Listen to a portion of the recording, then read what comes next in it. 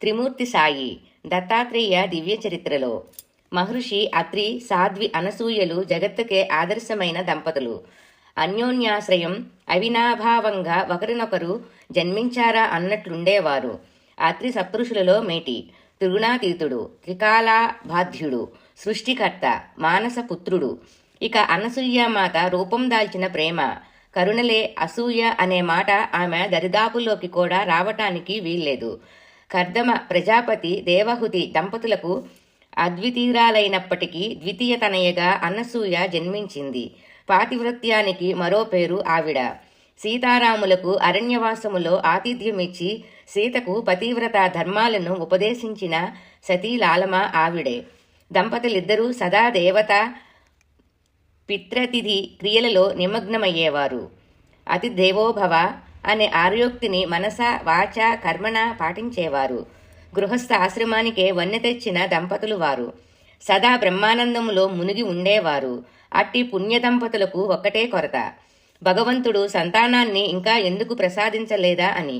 ఈశ్వరుని లీలలు చిత్రములు, పవిత్రములు. భగవంతుడు అనే సూత్రధారుడయ్యి నడిపించే ఈ జగన్నాటకంలోని సంఘటనలకు కార్యకారణ సంబంధాన్ని కనిపెట్టడం మానవ మేధస్సుకు అసాధ్యం. ముగ్గురమ్మలు అసూయతో కొతకొతలాడిపోతున్నారు.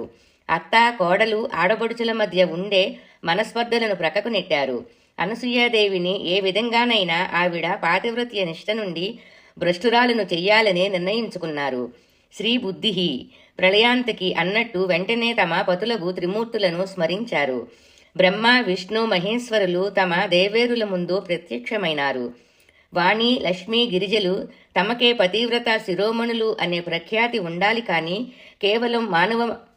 కేవలం మానవశ్రీ అనసూయకు ఆ కీర్తి దక్కటం సహించలేమని నిష్కర్షగా చెప్పేశారు. ఏ విధంగానైనా అనసూయ పాతివ్రత్యాన్ని సడలించమని వేడుకున్నారు. చివరకు భర్తలను శాసించారు. ప్రభువులు కూడా మంచి అవకాశం దొరికింది. భూమి మీద పాతివ్రత్య ప్రభావం మరోసారి వేణోళ్లు కీర్తించబడే సమయం వచ్చిందని తలచారు. అదీకాక అనసూయ అత్రి దంపతులకు సంతానానికై చిరుకాలంగా ప్రార్థిస్తున్నారు. వారికి సంతానం ప్రసాదించే తరుణం కూడా ఆసన్నమైంది. త్రిమూర్తులు అనసూయ పరీక్షార్థం దివి నుండి భువికి అవతరించారు. అదే మరో దివ్య అవతరణకు అంకురార్పణమైంది. ఓం శ్రీ దత్తాయ నమః.